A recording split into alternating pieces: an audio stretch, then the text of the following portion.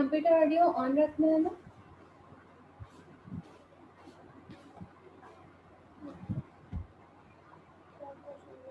अब स्टार्ट करो फिर computer audio.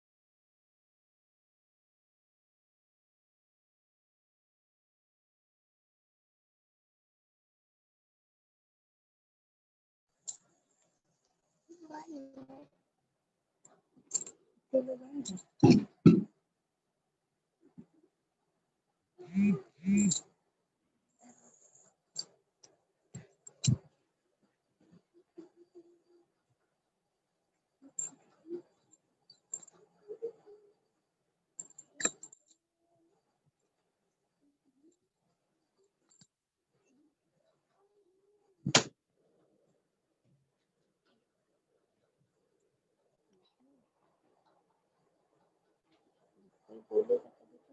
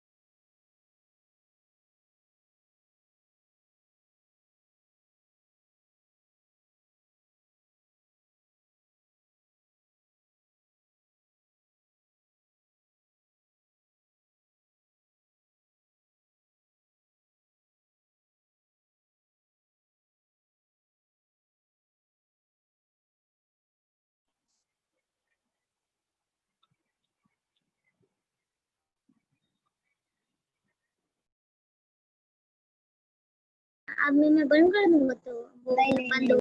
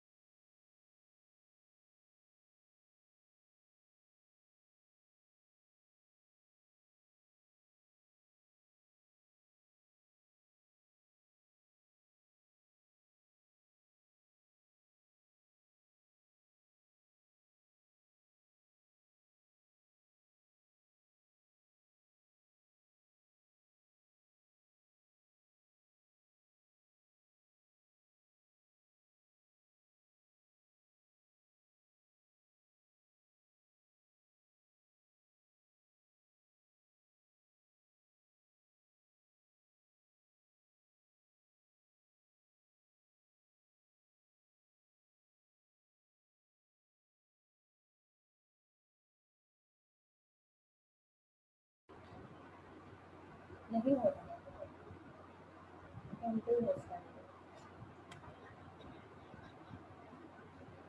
Hello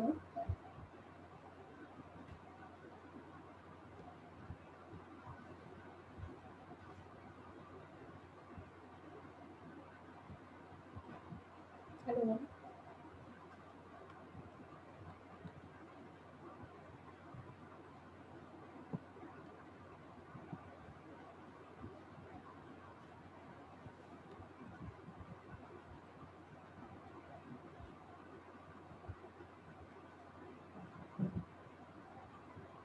hello everyone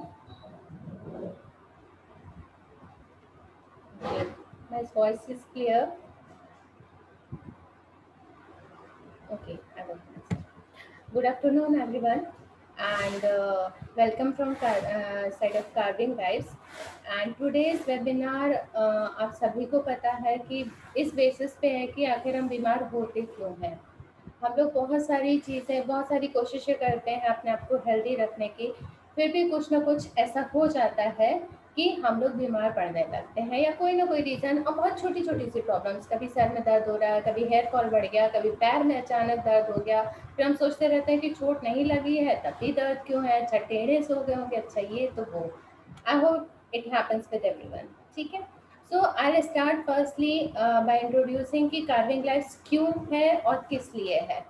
okay, so Carving Lifes basically एक ऐसा इंस्टीट्यूशन है जहाँ पे हम लोगों की पूरी कोशिश रहेगी कि आपको वो लाइफ दे सकें जो आप जीना चाहते हैं। हर इंसान की इच्छा होती है वो एक happy, sound and successful life जिए, राइट। तो हम लोगों की भी कोशिश ये है कि हम आपको ऐसे ऐसे लोगों से मिलवाएं, ऐसी ऐसी चीज़ों से फैसिलिटेट करवाएं जो आपको अपनी लाइफ को शेप करने में, अपने बच्चों के फ्यूचर को डिज़ाइन करने में, इन सब चीज़ों में हेल्प कर सकें, राइट। सो इसमें सबसे पहले my screen is visible.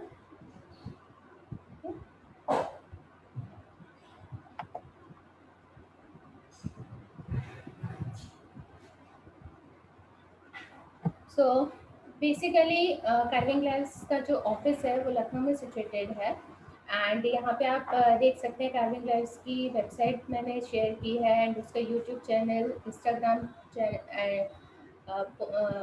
Account and Facebook account सारे ही यहाँ पे डिस्क्रिप्शन में है, as well as phone number भी।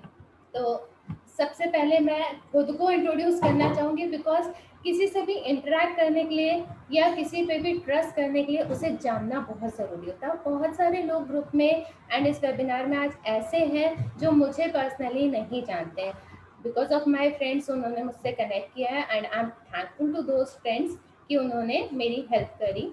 So basically, my name is Rachna Masan, and I'm education-wise MSc, B.Ed, and MA in psychology. And being a founder director of Carving Lives, मैं आप सबको यहाँ पे वेलकम करती हूँ।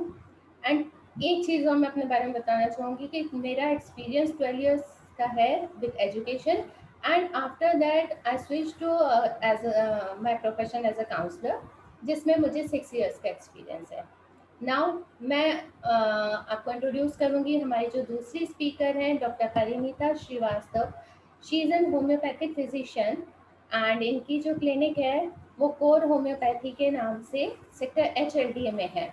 इनका जो बेसिक कॉन्सेप्ट है वो holistic treatment of a person है and now I would invite doctor Parinita, वो आपको इस होलिस्टिक कॉन्सेप्ट के बारे में ज़्यादा अच्छे से बता पाएंगी। Welcome Parineeta ma'am. Hello, Rachna ji. Hello, everybody. My name is Dr. Parinita Srivastav. I hope I'm audible. Am I audible? Can I get a thumbs up for that? Yes, ma'am. Okay, all right. So, hello everyone. मेरा नाम Dr. Parinita Srivastav है. मैं एक homeopathic physician हूँ. And the basis of my prescription is holistic concept. मतलब जब मैं अपने पेशेंट्स को ट्रीट करती हूँ, specially for chronic elements, so I take into consideration not only the physical problems that they are suffering from, मतलब सिर्फ फिजिकल इश्यूज, फिजिकल कंप्लेंट्स जिनके साथ वो मेरे पास आते हैं, सिर्फ मैं उसी को नहीं कंसिडर करती हूँ, बट उनकी इमोशनल और mental health plus lifestyle.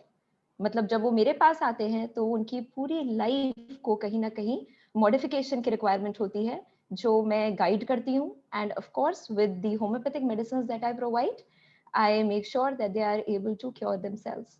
So somewhere I feel कि पेशेंट्स को, इवन हम सबको, अपनी सेहत की चाबी किसी और को न देकर हमें अपने पास रखनी चाहिए। So somewhere I believe in that concept and I just help my patients through that. हाँ रचना जी बताइए, this time how can I help you?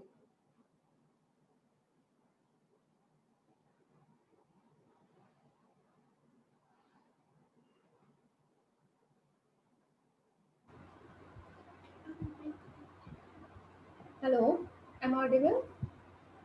Yep, Okay, आप audible हैं। my mic was not working. Okay, Parineeta जी, आपने जो चीजें बताई, तो मैं सबसे पहला क्वेश्चन आपसे वही पूछूंगी जो हमारे वेबिनार का टॉपिक है, आखिर हम बीमार होते ही क्यों हैं? मैम बीमारी को डिफाइन करना ना बहुत आसान है। बीमारी को हम इंग्लिश में क्या बोलते हैं? Disease, right? डिजीज का अगर हम इस वर्ड को ब्रेक करें, या जिसे हम हिंदी में कहते हैं संधि करें, तो संधि करने पर निकल कर आता है डिस ईज। मतलब जब जब हमारी ईज डिस्टर्ब होगी हम डिजीज्ड होंगे। तो हमारी ईज कब डिस्टर्ब हो सकती है? अगर हमें कोई इन्फेक्शन है, किसी किस्म का ट्रॉमा है, कोई चोट लगी है।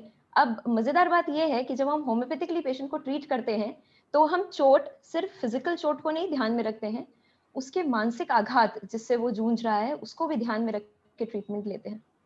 तो डिजीज के कॉजेज मल्टीपल हो सकते हैं।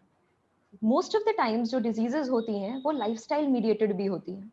यहाँ पर अगर लाइफस्टाइल की बात करें तो लाइफस्टाइल में क्या क्या चीजें आ जाती हैं?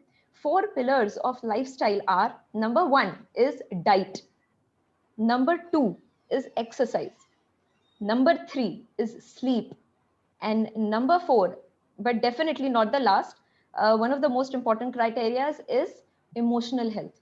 तो ये सारे पैरामीटर्स किसी भी एंगल में जब भी डिसरप्ट होंगे या जब भी इनमें से किसी भी पैरामीटर में कोई भी इम्बैलेंस आएगा तो बीमारी ओरिजिनेट होगी। अगर उस बीमारी को उसी टाइम पर एड्रेस कर दिया जाता है, फेयर इनफ, बट कई बार ऐसा होता है कि यही बीमारियां काफी काफी टाइम तक लिंगर करती रहती हैं, कई बार हमारी खुद की लापरवाही की वजह से या कई बार हमारी इग्नोरेंस की वजह से, तो उन सबसे बीमारियां बनती हैं। तो इसलिए हम बीमार होते हैं। Thank you so much ma'am. Ma'am इससे जुड़ा हुआ एक क्वेश्चन और है मेरा, ये हाँ शायद जी, चीजें क्लियर हैं, ठीक है, बट हाँ जी, बहुत सारे लोगों का क्वेश्चन ये रहता है कि हम बीमार हुए, हमने दवाई ली, डॉक्टर बहुत अच्छे थे, फिर हम ठीक हो गए, लेकिन 2 महीने बाद 3 महीने बाद फिर वही बीमारी आ गई, ऐसा क्यों होता है? हाँ जी। इसके भी कई कारण हैं, लेकिन जो सबसे मेजर कारण है वो है कॉज, मतलब वजह। जब जब बीमारी की वजह को नहीं एड्रेस किया जाएगा तब तब वो बीमारी रिकर करती रहेगी। एक बहुत छोटा सा एग्जांपल देना चाहूंगी। मान लीजिए किसी का पेट खराब होता है, ठीक है, एक सिंपल सा एग्जांपल है, पेट खराब होता है, लूज मोशन होते हैं, बाहर की कचौड़ी पूड़ी खा ली, तबीयत खराब हो गई, लूज मोशन हो गया, सिर्फ एग्जांपल फूड पॉइजनिंग हो गई, ठीक, आपने दवा लिया, आप ठीक हो गए। अब अगर कुछ टाइम के बाद आप दोबारा कुछ गड़बड़ खाते हैं तो क्या फूड पॉइजनिंग नहीं होगी या लूज मोशन नहीं होंगे? ओके, तो somewhere you have to address the cause, you know, जिस जो बीमारी का कॉज है अगर आप उसको एड्रेस नहीं करेंगे तो वो बीमारी रिकर करती है। That is one of the reasons. Second is predisposition. Predisposition या हम कहते हैं एक आम भाषा में इम्यूनिटी, कहते हैं ना कि फलाने की इम्यूनिटी कमजोर थी है इसलिए उसको जल्दी जल्दी सर्दी जुकाम हो जाता है। हर किसी को चेंज ऑफ सीजन में सर्दी जुकाम नहीं होता। कईयों के कहो पेट खराब हो जाए, कईयों को कुछ भी ना हो, एकदम हेल्दी रहे। तो ये काफी हद तक डिपेंड करता है कि इंसान का प्रीडिस्पोजिशन कैसा है या उसकी इम्यूनिटी किस तरीके की है। होम्योपैथिकली जब हम इस तरीके के केसेस को टेकअप करते हैं तो इम्यूनिटी वाले एंगल को तो हम स्ट्रेंथ देते ही हैं, साथ ही साथ इंसान को होलिस्टिकली और भी कई सारे पैरामीटर्स पर एड्रेस करते हैं। ओके मैम, इन चीज़ों में हमारे ब्रेन का या हमारी सोच का या एक माइंडसेट होता है कि इंसान का, उसका क्या रोल रहता है? इसका आंसर मेरे पास है, बट मैं चाहूंगी कि मेरा इस क्वेश्चन का आपके आंसर मेरा एक patient they. So I want to play a video. Can you just help me out with this, Rachna ji? Sure sure. Yeah.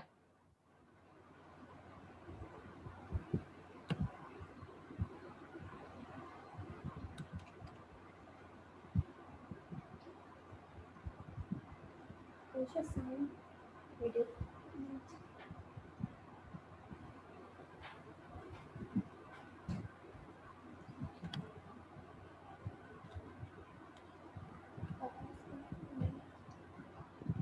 Ma'am there is no voice, आवाज नहीं आ रही है।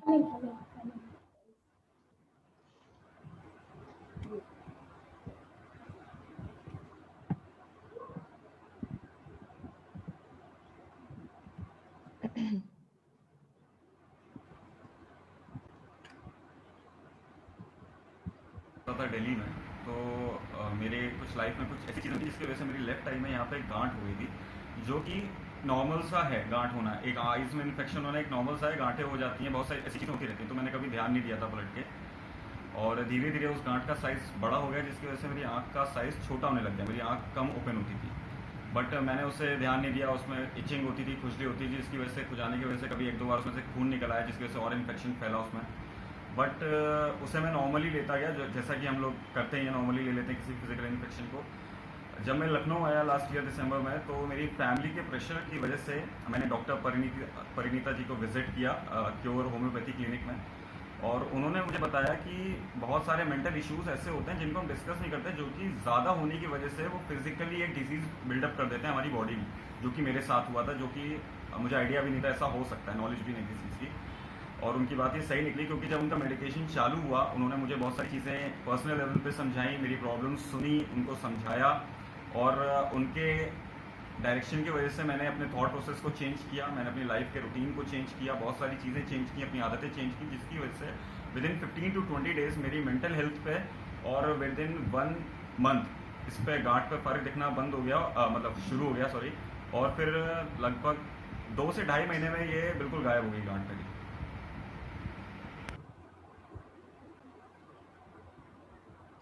That's great, ma'am. मैं thank you. मैं आप लोगों को दिखाना चाहूंगी, मैम मेरी स्क्रीन एनेबल्ड है? Yes, ma'am. Sharing screen enabled है? Yes, yes, Okay, ma'am. all right. तो मैं यही चीज आप लोगों को दिखाना चाहूंगी कि एग्जैक्टली सिनेरियो इस पेशेंट का क्या था। आप लोग सब देख सकते हैं? Can I get a thumbs up? Ma'am is it visible? Yes, ma'am, visible. Yes. तो मैं इसको थोड़ा सा एनलार्ज कर दूंगी and then I will help you see this. अगर आप लोग देख सकते हैं तो अभी जिस पेशेंट का आपने इंटरव्यू देखा है, एक शॉर्ट इंटरव्यू मैंने लिया है, तो उसमें आप यहाँ पर देख सकते हैं कि इनके एक ये गांठ है। यहाँ पर आप देख सकते हैं इसकी आई ऑलमोस्ट कवर्ड है इस पेशेंट की यहाँ पर, एंड विद इन 2.5 months जैसे ये बता रहे हैं इनकी ये गांठ डिसॉल्व हो गई। अब होम्योपैथिकली हम इसको कई एंगल्स और पैरामीटर्स पर जज कर सकते हैं कि एग्जैक्टली ये कैसे हुआ होगा and things like that, but कुल मिला के आप लोगों को जो बात बताने का मेरा पर्पस है वो ये है कि somewhere holistic concept is something जिसको अगर होम्योपैथिकली फॉलो किया जाता है तो उसका रिजल्ट ये होता है कि पेशेंट की जो बीमारी है वो तो सॉल्व होती ही है। मतलब आंख में ट्यूमर, आंख में गिल्टी थी इस पेशेंट के, वो गांठ तो सॉल्व हुई ही हुई, लेकिन साथ में जो इमोशनल फैक्टर्स और इश्यूज थे अटैच्ड इस पेशेंट के साथ वो भी काफी हद तक सॉर्ट हुए through medication as well as counselling. एक छोटा सा एग्जांपल और देना चाहूंगी, पेट खराब होना, बार बार मोशन जाना, कहीं बाहर जाना है, उससे पहले लगता है कि भाई एक बार फ्रेश हो आए, इस तरीके की समस्याएं लगता है पेट संबंधित है, बट कहीं ना कहीं इसका ओरिजिन हमारे माइंड से भी है। मतलब इसी तरीके की इश्यूज एंजाइटी और स्ट्रेस, या जिसे हम आईबीएस कहते हैं, तो ये IBS is irritable bowel syndrome, मतलब बार बार मोशन जाना because of some stress factors.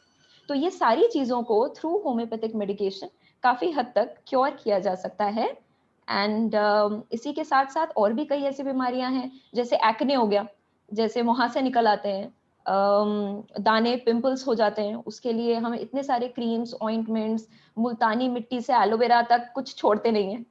But somewhere इस तरीके की बीमारियों में भी ये समझना जरूरी है कि ये भी काफी हद तक hormonal imbalance, I am sure मेरी बातें आप सब लोगों को समझ में आ रही हैं। हार्मोनल इम्बैलेंस इज समथिंग जो आप सब लोग क्लियर हैं जिससे? Can I get a thumbs up? एक थम्स अप मिल सकता है? ओके। तो जब जब हार्मोनल इम्बैलेंस भी होता है उससे भी कई तरीके की बीमारियां फीमेल्स में या इवन मेल्स में भी हो जाती हैं। तो जब इनका इलाज किया जाता है तो इसमें भी इस इम्बैलेंस को करेक्ट करने के ऊपर फोकस किया जाता है, फिर चाहे वो एक्ने हो, एक सिंपल सी बीमारी, या पीसीओएस हो। पीसीओएस पॉलीसिस्टिक ओवेरियन डिजीज लड़कियों में बहुत आम है आजकल। पीरियड्स के इश्यूज हो जाते हैं, पीरियड स्किप हो जाते हैं, कई कई महीनों तक नहीं आते, इसका भी होम्योपैथी में बहुत अच्छा इलाज है। और इसमें भी जब होम्योपैथी में हम ट्रीटमेंट देते हैं तो सिर्फ पीरियड्स को रेगुलराइज करना ही फोकस नहीं होता है, वो स्ट्रेस फैक्टर्स जिसकी वजह से पेशेंट परेशान होता है, जो कहीं ना कहीं कॉज होते हैं इस तरीके की बीमारियों का, उसको भी एड्रेस किया जाता है, होलिस्टिकली एड्रेस किया जाता है। Diet, lifestyle, everything is taken into consideration and the results are, trust me, beautiful. इसी के साथ मैं एक छोटा सा केस और प्रेजेंट करना चाहूंगी, यही पीसीओएस का। मैम, इफ यू अलाउ, रचना जी। या श्योर, आई या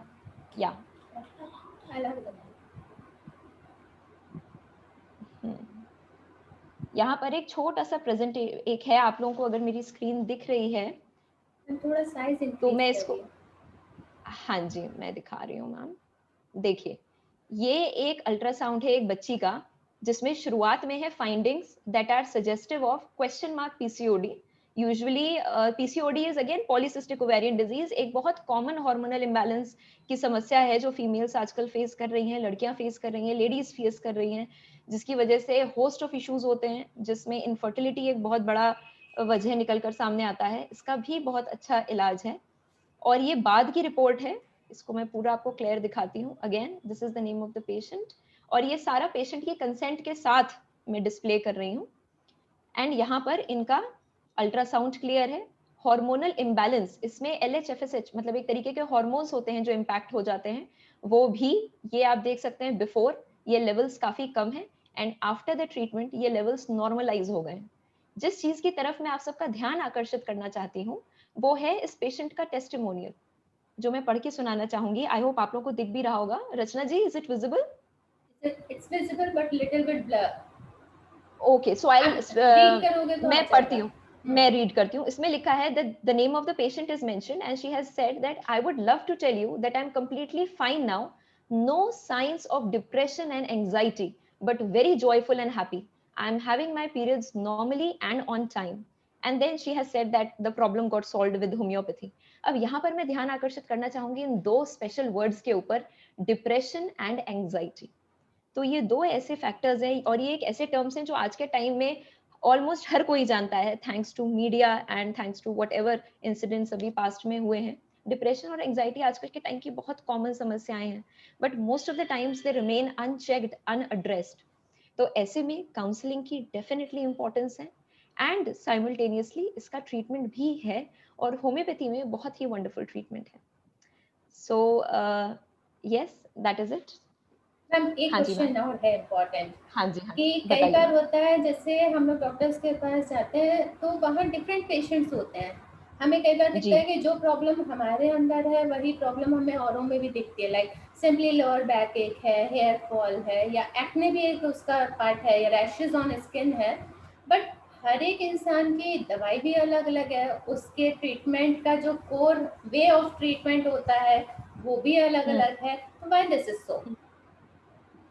मैम, ये तो बेसिस है होम्योपैथी का, आपने होम्योपैथी के बेसिक कंसेप्ट को ही क्लियर कर दिया है यहाँ पे।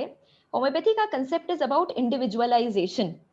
जरूरी नहीं है कि जो इंसान मेरे पास एंजाइटी से, फॉर एग्जांपल एंजाइटी या डिप्रेशन की समस्या को लेकर आया है, और उसको जो मैं दवा दूंगी वही एक दूसरे बंदे को भी दूंगी। या अगर कोई पेशेंट मेरे पास एक्ने के ट्रीटमेंट के लिए आया है, तो अगर एक बंदे के ऊपर एक एक्ने की दवा चलेगी तो बाकी लोगों के ऊपर भी वही दवा चलेगी। It doesn't work like that. The basic concept of individualisation.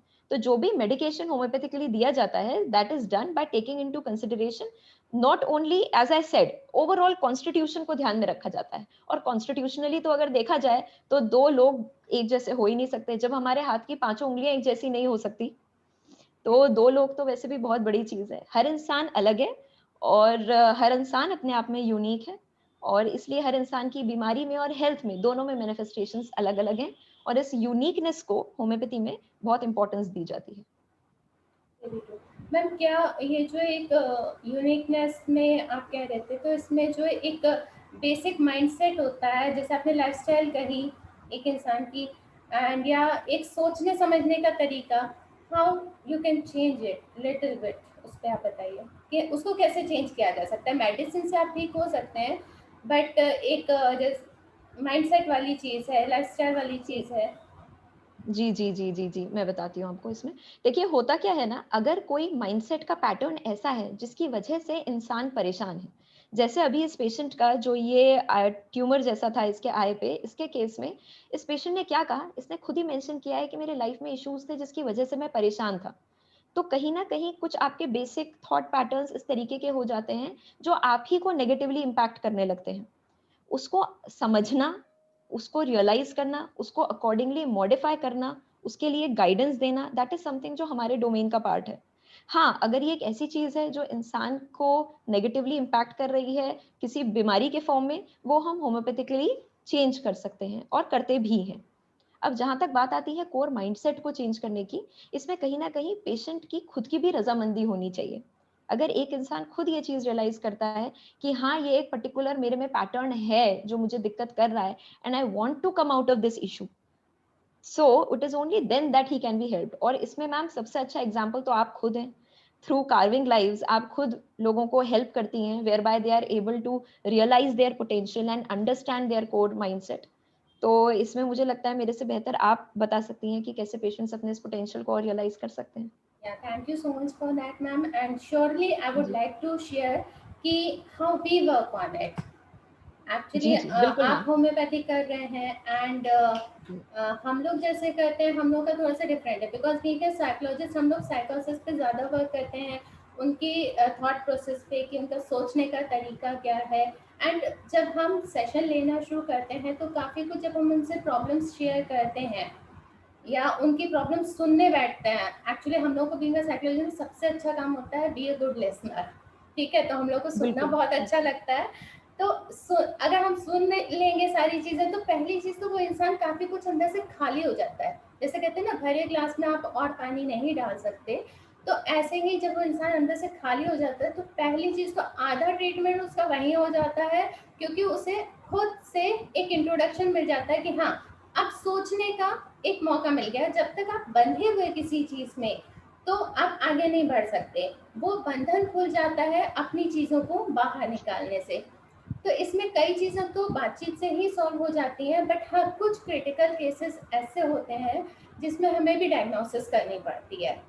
तो वो डायग्नोसिस दो तरीके से होती है। एक आपकी क्वेश्चनर फॉर्मेट में होती है जिसमें आपका पर्टिकुलरली डिप्रेशन है, एंग्जाइटी है या कोई साइकोलॉजिकल इशू आ रहा है, तब तो आप इस तरह के पर्सनालिटी फैक्टर्स वगैरह पे आप क्वेश्चनर फॉर्मेट में कर सकते हैं। दूसरी चीज़ जो स्पेशली बच्चों में हेल्प करती है, आई वोंट से कि एडल्ट्स में नहीं करती है, बट एडल्ट्स के साथ साथ बच्चों में भी हेल्प करती है, that is biometric analysis of your brain.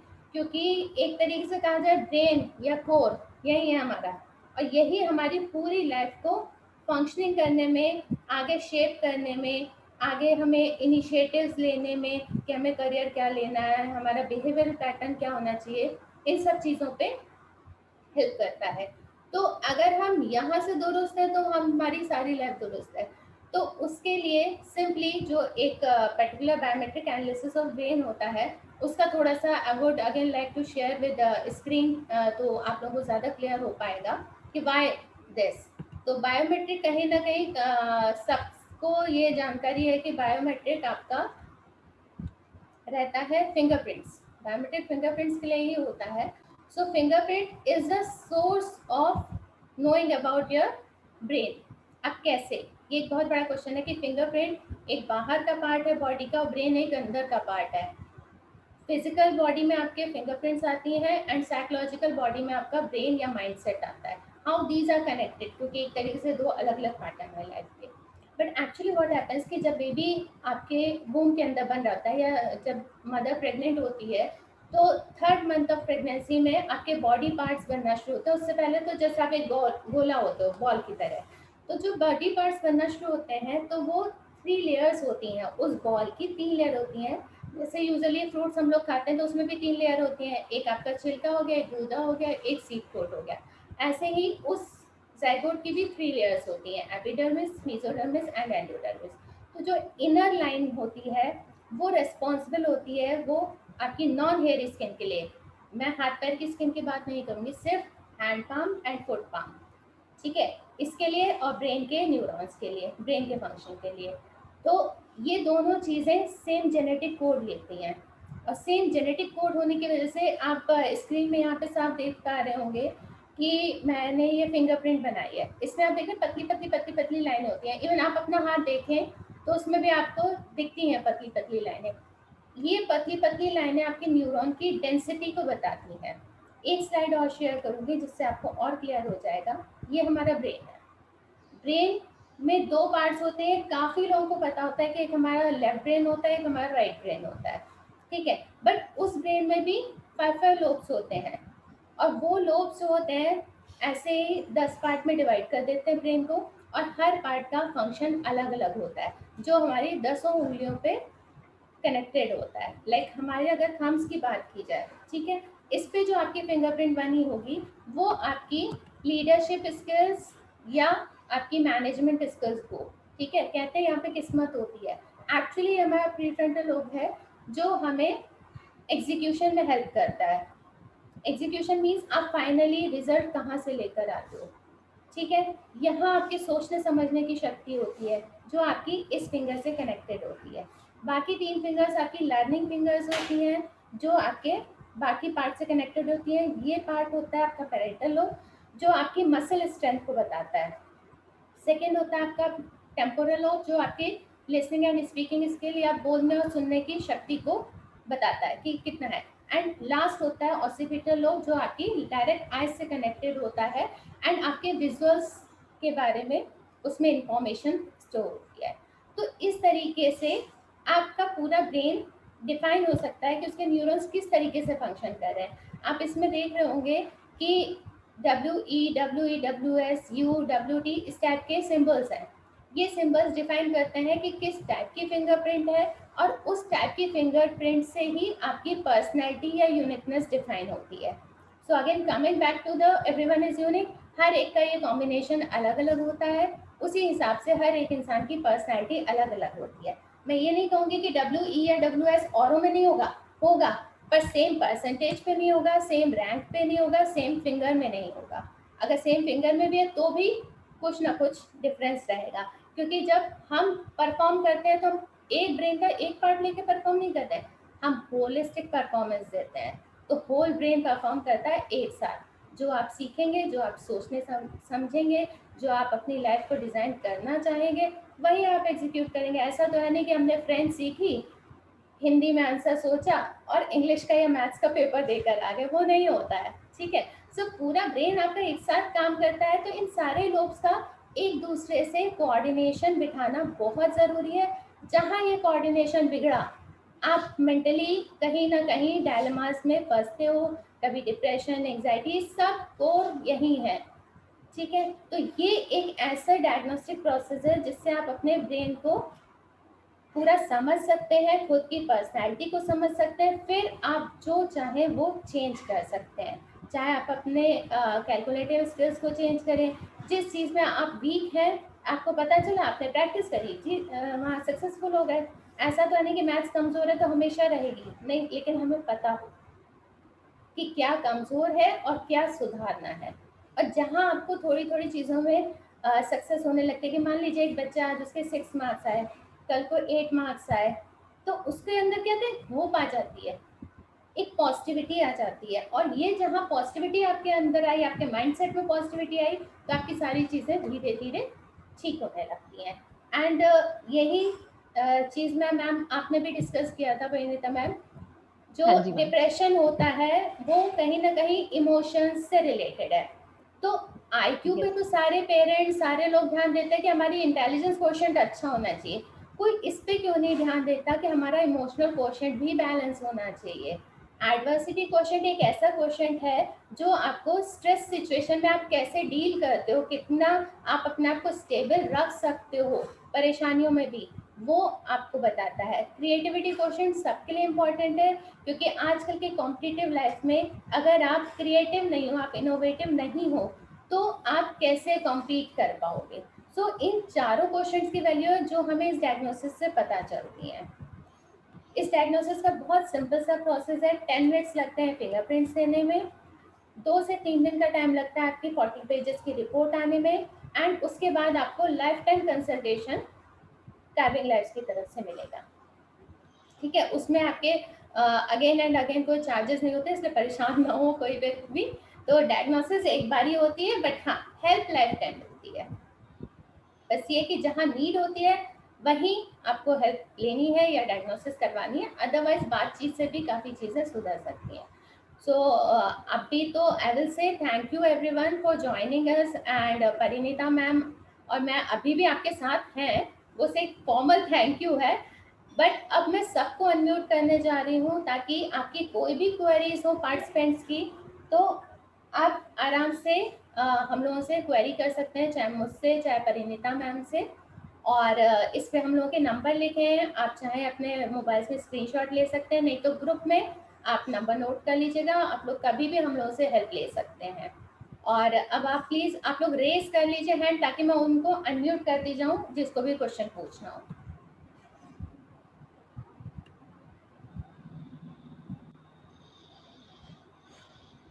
तो शायद कंप्लीट लगा बेटा स्क्रीन जिसमें सब लिखे किसी का हाथ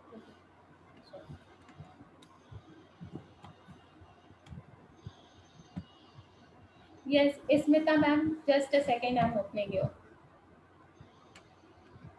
स्मिता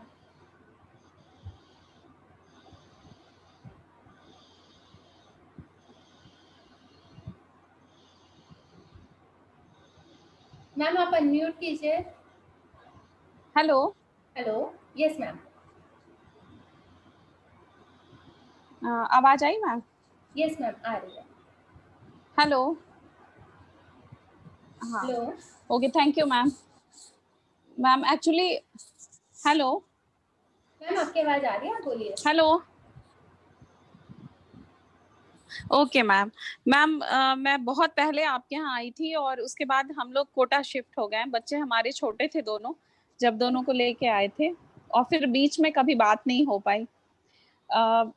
अभी मेरी बेटी 10th में है, यशस्वी सिंह।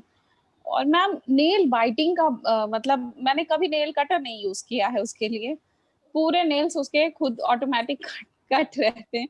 तो मैम ये क्यों हो रहा है?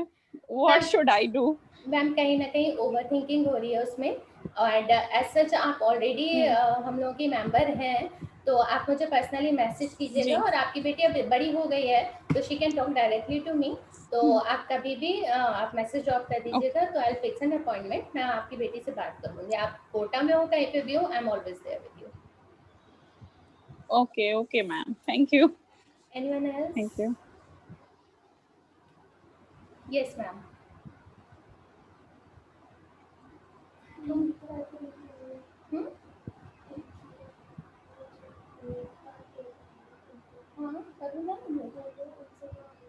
मैम आप अपना माइक्रोफोन अनम्यूट कीजिए।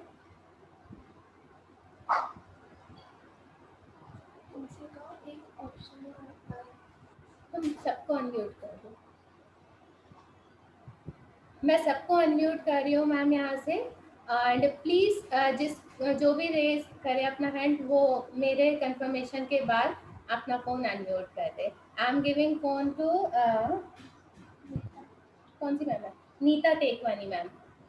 आशुतोष सर पे मैं आपको देती हूँ। नीता मैम आप अनम्यूट कर सकती हैं।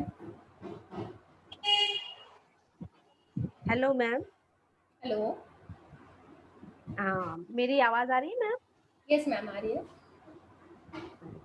मैम मेरी एक्चुअली फर्स्ट टाइम मैंने अटेंड किया, फर्स्ट टाइम आपको सुना, बहुत अच्छा लगा। मैम मेरी प्रॉब्लम ये है कि मेरे ब्रेस्ट में बार बार सिस्ट हो जाती हैं और 3 बार मैंने ऑपरेट कराया डिफरेंट जगह से, और उसके बाद मतलब छोटी छोटी सिस्ट आते, रिपोर्ट तो सही आ जाती है लेकिन ये टेंडेंसी बनी हुई है। तो इसका रीजन क्या है, या ये आपके ट्रीटमेंट से ठीक हो जाएगा? फाइब्रॉइड्स भी है, सिस्ट भी है, ये दोनों प्रॉब्लम है, साथ में बीपी और थायराइड की प्रॉब्लम है। Parineeta ma'am unmute yourself please. Yeah, am I audible now? Yes ma'am. Can I see the person whom I'm addressing? मैं किससे बात करने वाली हूँ? नीता मैम। नीता जी। नीता जी, पहली चीज तो मैं ये बताना चाहूंगी कि आपकी जो ये समस्या है सिस्ट फॉर्मेशन की, तो सिस्ट हुआ या फाइब्रॉइड हुआ, ये दोनों एक तरीके की गांठें हैं, राइट? तो इसको जब हम होम्योपैथिकली टेकअप करते हैं, yes it is curable through homeopathy, लेकिन यहाँ पर भी ये समझना जरूरी है कि ये प्राइमरीली बन क्यों रही हैं। इनके बनने का कारण कहीं ना कहीं हार्मोनल इम्बैलेंस है, और हार्मोनल इम्बैलेंस कहीं ना कहीं स्ट्रेस मीडिएटेड है। मैं स्ट्रेस के ऊपर फोकस इसलिए कर रही हूँ क्योंकि जो आपकी बाकी की बीमारियां हैं जिसमें हाइपोथायराइडिज्म और हाइपरटेंशन शामिल है, हाइपोथायराइडिज्म जो थायराइड और hypertension that is high BP, ये दोनों भी यूजुअली स्ट्रेस मीडिएटेड होते हैं। तो आपकी जितनी समस्याएं हैं, फिर चाहे वो फाइब्रॉइड हो या सिस्ट हो या थायराइड हो या बीपी हो, ये चारों के चारों का कोर कहीं ना कहीं स्ट्रेस है। तो होम्योपैथिकली जब इसको टेकअप किया जाएगा, yes, so I get a true from you, yes Neeta ji, तो जब होम्योपैथिकली इस चीज को टेकअप किया जाएगा तो अप्रोच ये रहेगी कि पूरी लाइफ स्पेस एक्सप्लोर करती हूँ मैं।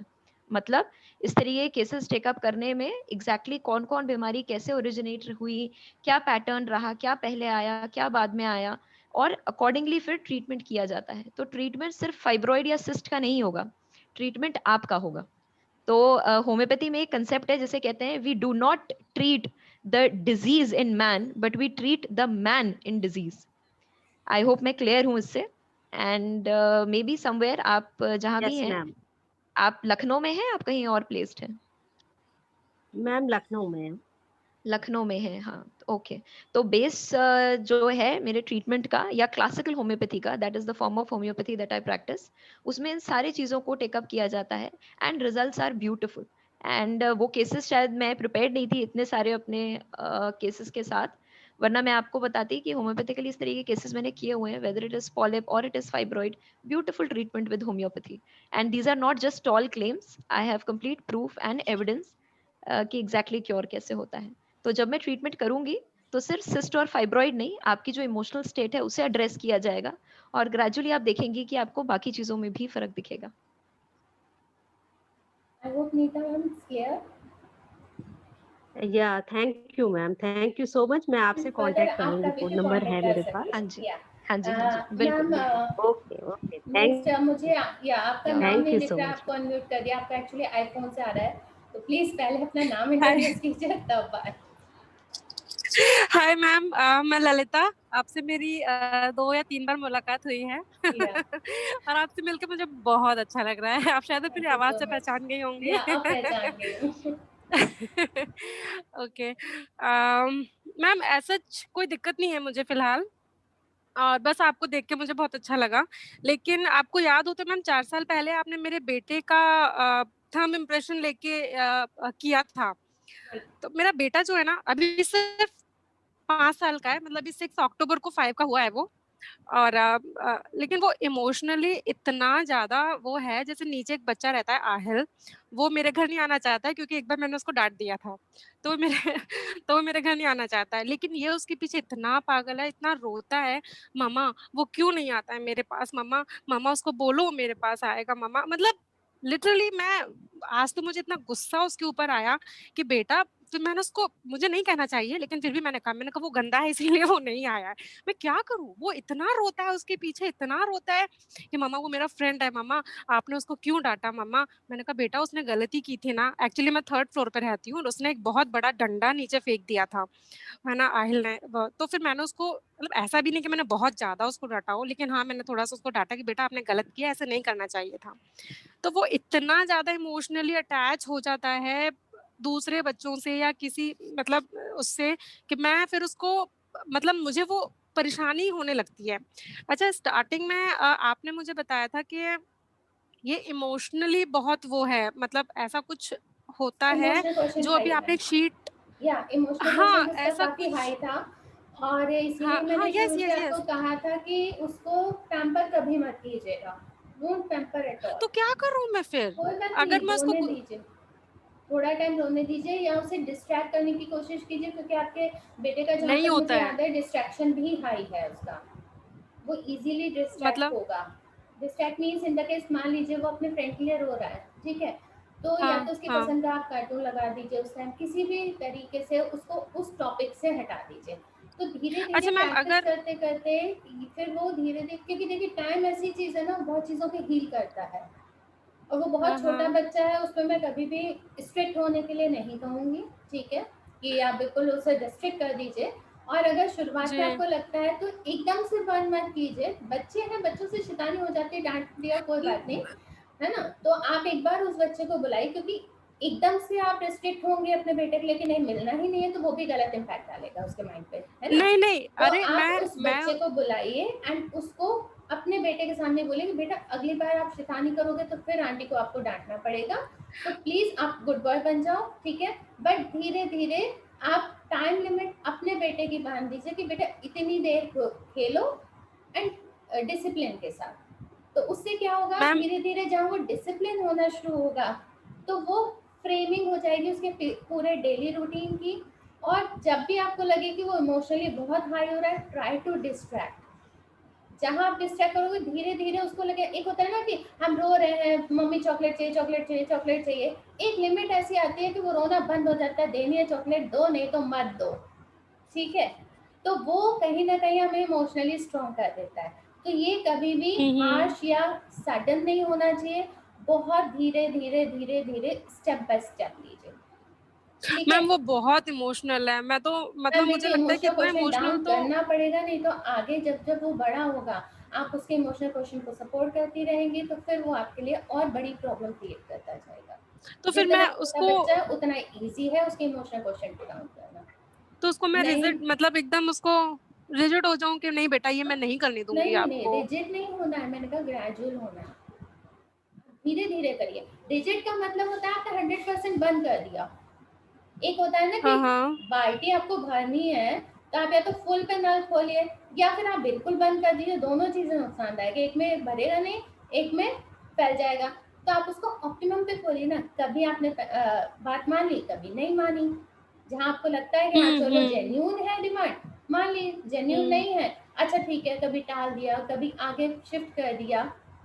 एकदम से मना करना भी बच्चों के लिए शॉक हो जाएगा, तो रिजिड नहीं मतलब होना है, वो स्लो। मुझसे मैम पता है क्या बोलता है, वो मुझसे पता है क्या बोलता है, मुझसे कहता है मम्मा आपने मेरे फ्रेंड को क्यों डांटा मम्मा, आपने उसको डांट दिया ना इसीलिए वो मुझसे, मम्मा आप उसे अब कभी मत डांटना मम्मा, मतलब वो इस तरीके से बातें करता है पहले उसे बोले कि अभी ठीक से है इतना। बच्चे हैं, आपको डांटती हूँ आप गलती करते हो तो वो आपका फ्रेंड है, उसको भी मैंने एक मम्मा की तरह डांट दिया, कोई बात नहीं मैं उससे बात कर लूंगी। तो कहीं ना कहीं वो थोड़ा सेटिस्फाई होगा, वो आपसे कनेक्ट होगा कि हाँ मेरी मम्मा ने अगर उसको डांटा है तो मेरी मम्मा ही मेरी हेल्प करेगी उससे वापस दोस्ती कराने में, गो फॉर दैट, कोई बुराई नहीं है। एक ट्रस्ट जैसे ये डेवलप बच्चा करना आपका पड़ेगा। ऑब्वियसली बहुत जरूरी है मैम, ट्रस्ट तो बहुत बड़ा फैक्टर है ना किसी ना भी वो रिलेशन का। बिल्कुल, हाँ बिल्कुल, चलिए मैम लेकिन अच्छा लगा थैंक यू आपको सो देख मच, के, आपको आपसे कभी बात भी नीड हो करके। आप कॉल कर लीजिएगा। आशुतोष सर, हाँ मैम। या Ashutosh sir can you sir? Hello, Ashutosh sir please unmute yourself. hello, ma'am. Hello, hello, ma'am. Yes आवाज किरण नहीं आ रही मैम, है? यस आ रही है। Good afternoon Rachna ji. Good afternoon sir. Hello, Kiran good ma'am just afternoon a second, Parnita ji. Hello, yeah, okay, ma'am, okay. One minute. Good Rachna afternoon ji से sir. तो मैं वाकिफ हूँ and wonderful counselling abilities for children. My thank you so question much is to Parnita ji. Yes हाँ ji Parnita ji, I am in a bank और Okay. मुझे spondylitis की problem है। कंप्यूटर के सामने काफी देर बैठे रहना पड़ता है, तो जी। कभी गर्दन में इधर दर्द होता है, इधर घुमाने में दर्द होता है, अभी भी हो रहा है, इधर घुमाता हूँ। जी बट जी जी somehow मुझे होम्योपैथी पे ट्रस्ट नहीं है, बिकॉज बड़ी छोटी छोटी गोलियां होती हैं और बहुत बार खाना पड़ता है दिन में। कॉम्बीफ्लैम बड़ी भारी मोटी सी गोली होती है, वो खा लेता हूँ तो थोड़ा सा टेम्परेरी रिलीफ मिल जाता है। इज देयर एनी ट्रीटमेंट, कोई लॉन्ग टर्म खाता रहूं जिसकी वजह से कुछ ठीक रहे, ये पेन ना हो? Thank you Rinita sir ma'am, for this wonderful question. Yeah. Rinita आपसे पहले हाँ एक जी। चीज मैं बोलना चाहूंगी। आशुतोष सर जो हाँ आपकी प्रॉब्लम है ना कि आपको होम्योपैथी पे बिलीव नहीं था, बचपन से आज तक जी। मुझे भी नहीं था, बट परिणीता मैम के से मिलने के बाद हो गया। Okay okay okay, So I would recommend बाकी आप परिणीता राइट मैम आपकी राइट। प्रॉब्लम सॉल्व करेंगी। हाँ नहीं, पहले तो विश्वास होना चाहिए, उसके नहीं, बाद फिर वो Thank आपको अगर you. मुझ पे भरोसा है तो आप नहीं 100% बिल्कुल है। परिणीता मैम पे कर सकते हैं, ओके ओके पर्सनल एक्सपीरियंस है ये। ओके। जी जी Praneeta ji. Thank you so much Rachna ji. Sir मुझे इस तरह के क्वेश्चंस ना बहुत इंटरेस्टिंग और बहुत अच्छे लगते हैं, स्पेशली जब कोई मीठी गोलियों की बात करता है। तो पॉइंट ये है सर कि पहले तो आपकी बीमारी के बारे में ही चलिए बात करते हैं. If we talk about cervical spondylitis, तो somewhere it is very important to understand the cause आपने खुद ही बता दिया, कंप्यूटर पे बहुत देर तक बैठे रहना पड़ता है. तो पहली चीज तो you have to work on your posture. मतलब जब आप कंप्यूटर के सामने बैठे, make sure that you have an erect posture and you are not stressing your neck too much, because आप स्ट्रेस अगर देते रहेंगे तो despite the best of medications आप ठीक नहीं हो सकते. इसको ऐसे समझिए, मान लीजिए आपके चोट लगी है, घाव है, आप बेहतरीन से बेहतरीन मलहम लगाइए, लेकिन अगर आप बार बार उस घाव को कुरेदते रहेंगे, क्या वो घाव भरेगा? Not at all. आपको घाव को छोड़ना पड़ेगा ताकि वो हील हो सके. फ्रैक्चर हो जाता है, बेसिक कंसेप्ट क्या कहते हैं प्लास्टर का क्या है? To ensure that the bone remains immovable, right, ताकि वो हील कर सके. Same is the concept with cervical spondylitis. Cervical spondylitis में होता क्या है, प्राइमरीली हड्डी थोड़ी आगे की तरफ बढ़ जाती है, नसों को प्रेस करने लगती है, जिसकी वजह से बैक नेक में स्टिफनेस आती है, और कॉरस्पॉन्डिंगली नर्व इरिटेशन की वजह से वो चक्कर के फॉर्म में खुद को मैनिफेस्ट कर सकता है, मिचली के फॉर्म में मैनिफेस्ट कर सकता है, numbness that comes down through the shoulders to the arm, इस तरीके के और एडवांस्ड केसेस होते हैं सर्वाइकल स्पॉन्डिलाइटिस के. विद होम्योपैथी, फिर आप चाहे उनको मीठी गोलियों का नाम दे या पानी का नाम दे या डाइल्यूशंस या टिंचर्स, ये चीज क्योरेबल है. कैसे क्योरेबल है? Of course along with working on your posture के ऊपर वर्क करिए. साइमल्टेनियसली होम्योपैथी में मेडिसिन दी जाती हैं that help in correcting the imbalance. कैसे? जो नर्व इंजर होती है, उस नर्व इंजरी को हील करने का काम होम्योपैथिक मेडिसिन करती हैं. तो जो भी सिम्टम्स आपके डेवलप करते हैं बिकॉज ऑफ सर्वाइकल स्पॉन्डिलाइटिस, जैसे कि चक्कर हो गया या मितली आना हो गया जो मैंने बताया, इसमें नंबनेस में बेहतरीन इलाज है. And again trust me, these are not tall claims. I have cured such conditions. But ऐसे में ये भी समझना जरूरी है कि अगर आप अपने लाइफस्टाइल में मॉडिफिकेशंस नहीं लाएंगे, और अगर वो बीमारी लाइफस्टाइल मीडिएटेड है, तो कैसे ठीक होगा, है ना? तो you have to work on your posture, वरना आप Combiflam I have your phone number. Yeah, I have sure. noted your phone number. I'll contact you. Yeah, anytime. Thank you so much. Thank you so much, Rachna ji. You're welcome. I hope I'm able to solve your query, sir. I have your phone number. I have noted your phone number. I'll talk to you and perhaps visit you. I'm in Lucknow. So फिर मैं आपसे बात करके और फिर थोड़ा सा अगर कोई एक्सरसाइज होगी मुझे बता दीजिएगा. एंड कोई जो भी मेडिसिन हो तो वो मैं लॉन्ग टर्म जो भी हो वो मैं खाऊंगा. एंड फिर देखता हूँ होपफुली.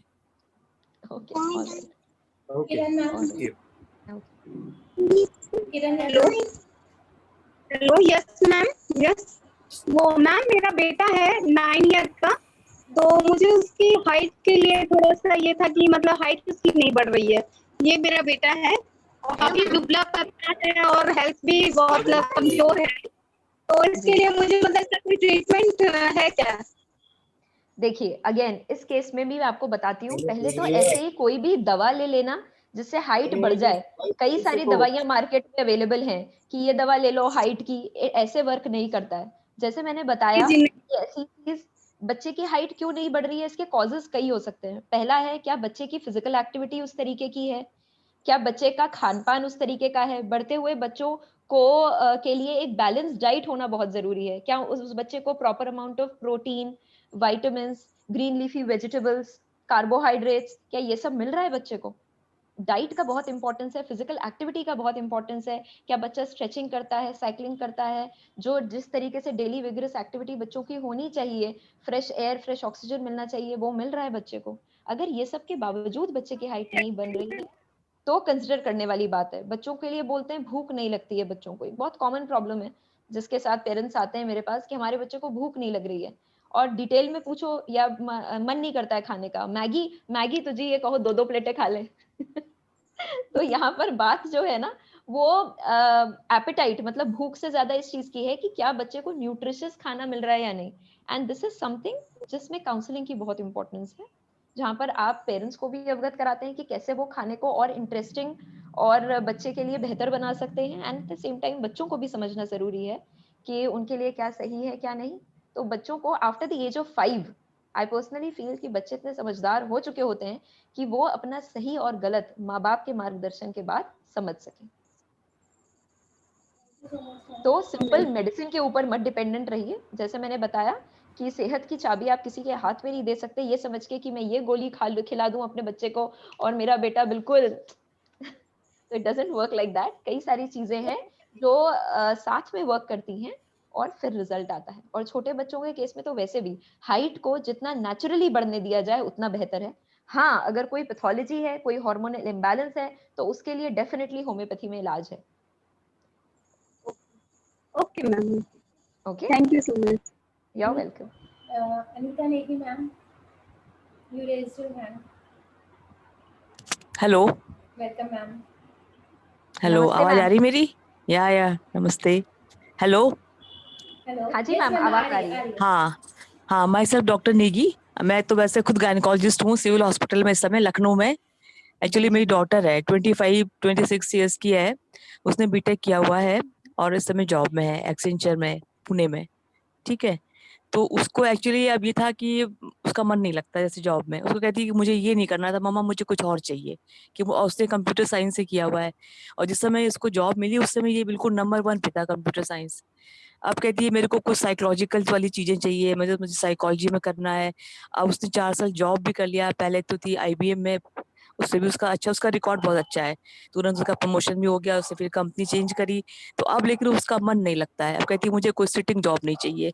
अब इस टाइम पे बीटेक करा और मैम 95% वाली है। आप मतलब कहीं से उसको कोई वो नहीं कह सकते कि कहीं कोई कमजोर रही हो, सब कुछ बहुत अच्छा है। बट अब वो कहती है मुझे ये जॉब नहीं करना, मुझे कुछ और करना है, मुझे सेक्रेटरी में काम करना है, मेरा बिल्कुल डिफरेंट। अब उसका टेस्ट पूरा चेंज हो गया। तो अब इस टाइम पे उसको हम क्या कर सकते हैं, ये थोड़ा सा मुझे एडवाइस करो आप। मैम उसमें कोई इशू नहीं है एज सच। आप मेरा प्रोफाइल देखें तो मैं तो 38 की एज में जाके अपना प्रोफेशन चेंज किया।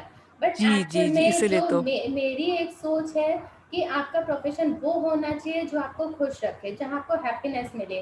मतलब MSc जी माइक्रोबायोलॉजी में बीइंग अ साइंटिस्ट सी मैं पोस्ट छोड़कर मैं साइकोलॉजिस्ट बनी जी। और अभी मैं 2 साल पहले मैंने MA ज्वाइन किया।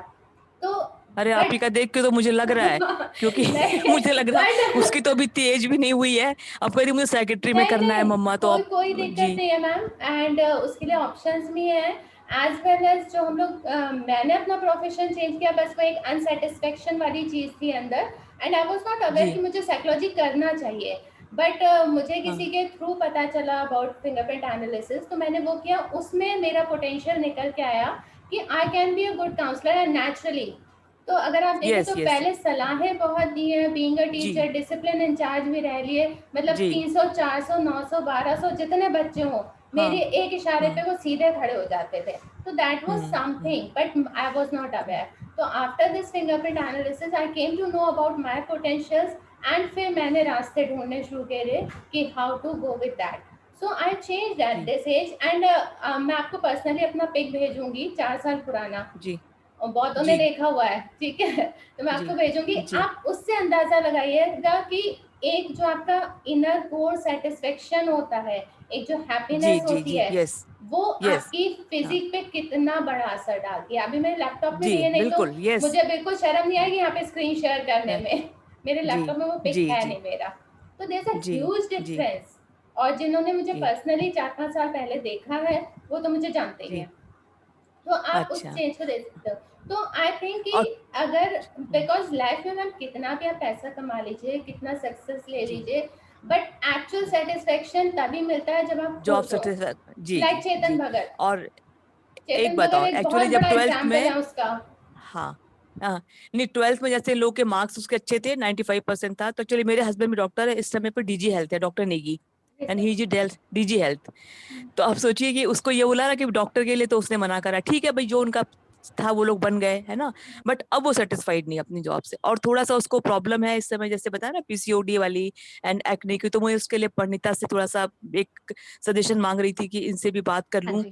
कि क्या उसको मैं थोड़ा सा उसको प्रॉब्लम रहती है। एक जरा मेरी परिणीता से भी प्लीज बात करवा दीजिए। प्लीज ऑनलाइन हाँ जी मैम।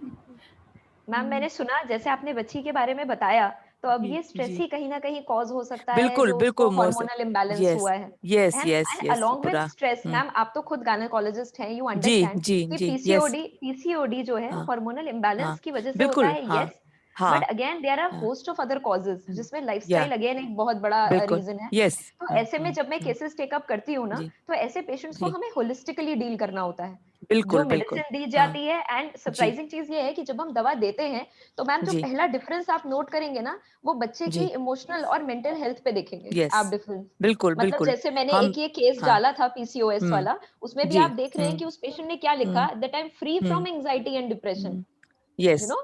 सो दैट हाँ इज द ब्यूटी, दैट जब स्ट्रेस हम्म, फैक्टर्स कंट्रोल होंगे, हम्म, जो कहीं ना कहीं मेन कॉज है, हम्म, तो आप देखेंगे कि वो जो एलएचएफएसएच स्टडी है दैट स्टार्ट्स जी गेटिंग नॉर्मल, या बिल्कुल और वो दैट्स नॉर्मल दैट्स आएगा तो ऑटोमेटिकली जी। PCOS get solve. अब सो मुझे लगता है या तो कहीं ज्यादा वो स्ट्रेस रहती है उसकी वजह से उसको प्रॉब्लम्स जैसे आप बता रहे हो, और होता भी जैसे कहा ना जॉब सेटिस्फेक्शन नहीं है, ये नहीं करना वो नहीं करना, इसकी वजह से उसको प्रॉब्लम है।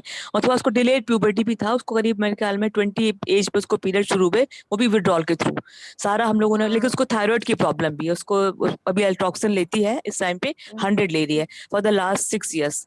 ठीक है, 12 से शुरू हुआ था उसको, तो अब उसको 6 साल हो गए, बल्कि ज्यादा मतलब मुझे मोर देन 6 years है। तो वो भी एल्ट्रॉक्सिन भी ले रही है, और बाकी हमने तो जो अपना ट्रीटमेंट हम लोग इसमें पिल्स देते हैं, है ना, जी जी हमने, जी और बाकी बिल्कुल। हमने माइंस्टॉल दिया था, तो उससे उसका ठीक हुआ। बट ये ठीक तो क्या ही होता है, ये तो वैसे भी मेंटल प्रॉब्लम जहाँ पे रहती है इस तरह की, तो ठीक तो नहीं होता पीसीओडी, बट कंट्रोल्ड है, पीरियड थोड़ा इरेगुलर है ही है उसके।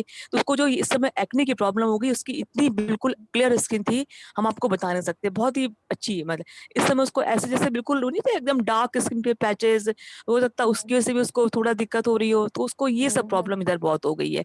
अच्छा, लॉकडाउन की वजह से वो भी मेरे पास ही है इलाज इधर मार्च से, वैसे पुणे में थी। तो अब मैं उसको कहाँ पर कैसे आपसे मिलूं या रचना जी से मिलूं, मुझे थोड़ा गाइड कर दीजिए, मैम मैं उसका ठीक हो जाए ये आपको प्रॉब्लम। दोनों एड्रेसेस मैं आपको पर्सनली व्हाट्सएप कर दूंगी, अपना भी तो और कहाँ पे आना परिणीता मैम पड़ेगा का भी। आपके पास, मैम आप लोग मेरा के पास, ऑफिस या इंदिरा ऐसे का नगर में वीडियो? है, और जी परिणीता मैम का क्लिनिक सेक्टर एच इधर है, आईडी कॉलोनी। मैम नहीं, मैं आपके पास ऑनलाइन आए कंसल्ट या ऑनलाइन? हाँ यस मैम यस, अगर ऑनलाइन पंडिता आप पॉसिबल कर नहीं है। पाओ तो प्लीज। मैम हाँ ऑनलाइन कंसल्टेशंस मैं करती हूँ, ठीक है। जी यूजुअली जी ये कंसल्टेशंस पेशेंट्स, ऐसे पेशेंट्स के लिए वो not comfortable in coming down, plus जो दूसरे या सिटीज मैम में भी यस दूसरे बिल्कुल सिटीज में या दूसरे कंट्रीज में मेरे पेशेंट्स हैं, उनको मैं हाँ वीडियो कॉन्फ्रेंसिंग के through I take up their cases, और उनके या मेडिसिन जो हैं वो अकॉर्डिंगली उन तक डिलीवर कर दिए जाते हैं। तो जी that can be done, but at least for one time I want to meet the patient, अगर वो हो सकता यस है तो। और इस हाँ केस में मैम थोड़ा ओपननेस की रिक्वायरमेंट है, मतलब पेशेंट बिल्कुल जितना मुझसे बिल्कुल इसीलिए यस। ट्रांसपेरेंट रहेगा, दैट हो ट्रांसपेरेंसी सकता है इज मैं वेरी मदर इंपॉर्टेंट। हूँ तो मुझसे इतनी बात नहीं करेगी, तो मुझे लग रहा है कि आप एग्जैक्टली उसकी ऑलमोस्ट एज ग्रुप के हो, तो मुझे एज ग्रुप तो नहीं होगे, जी, but you are looking small, जो भी कुछ है it's a compliment for you, और जो आप थैंक समझ यू। लो, है ना। तो मुझे लग रहा है कि शायद हो सकता है आपसे खुल जाए, होता है ना, जब पेशेंट भी अब जैसे किसी से भी डॉक्टर से तो उस तरह जी से जी बात जी करेगी, तो थोड़ा सा उसको आप ये मेरा सॉल्व कर दीजिए, ये मतलब इस समय मुझे लग रहा है उसका मैम पीसीओडी, यहाँ तब तक है ठीक हो जाए, जी मैम पीसीओडी आप भी जानते हैं इट्स अ लाइफस्टाइल डिजीज। या तो जी इस बीमारी बिल्कुल को ट्रीट करने हम्म के लिए we have to again take up the case holistically. So बिल्कुल मेडिसिन, लाइफस्टाइल मॉडिफिकेशन, या डाइट हाँ control, yes and everything else starts falling into place. जी ठीक है। तो ठीक है, आप, मैं नंबर आपका है, आप मुझे बता हाँ दीजिएगा जी, कि कैसे अप्रोच करना है आप तक का, ताकि वो हाँ आपसे जी खुद बात कर ले, ठीक है। तो मैम, आप आप मुझे इतना पंडिता पर्सनल, प्लीज। हाँ जी हाँ एक्चुअली डॉक्टर साहब भी इस समय, मेरे हस्बैंड भी इस समय डीजी हेल्थ हैं, डॉक्टर नेगी, जी जी है ना जी अभी, जी हाँ। जी तो जी आप जो भी आप बुलाओगे हम आ जाएंगे, बट एक बात आते हैं कि आप थोड़ा सा वो सेटिस्फाई उसको कर दीजिए, उसको लगेगा कि हाँ ये मैम मेरा ट्रीटमेंट कर देगी, मतलब मैं ठीक हो जी जाऊंगी, मैं पहले की तरह हो मैम, जाऊंगी। मैम मेरे जी पेशेंट्स मेरी पर्सनल हाँ, रिस्पॉन्सिबिलिटी है, my patients are my responsibility. Just एक हम्म, चीज रिक्वायर्ड है, इफ दे जस्ट फॉलो जो जो जो चीजें हम बोलते हैं या उसको फॉलो कर लें, बिल्कुल हाँ रिजल्ट्स हाँ, उनके सामने वो होते कर हैं। लेगी, इस मामले में तो बहुत ही क्लियर है, वही तो इतना तो वो कर लेगी, बट ठीक हाँ है, जी हाँ ओके। जी, thank you so much. Okay, ठीक है, you are welcome ma'am, okay, thank you. Anita you are welcome. Satyam sir,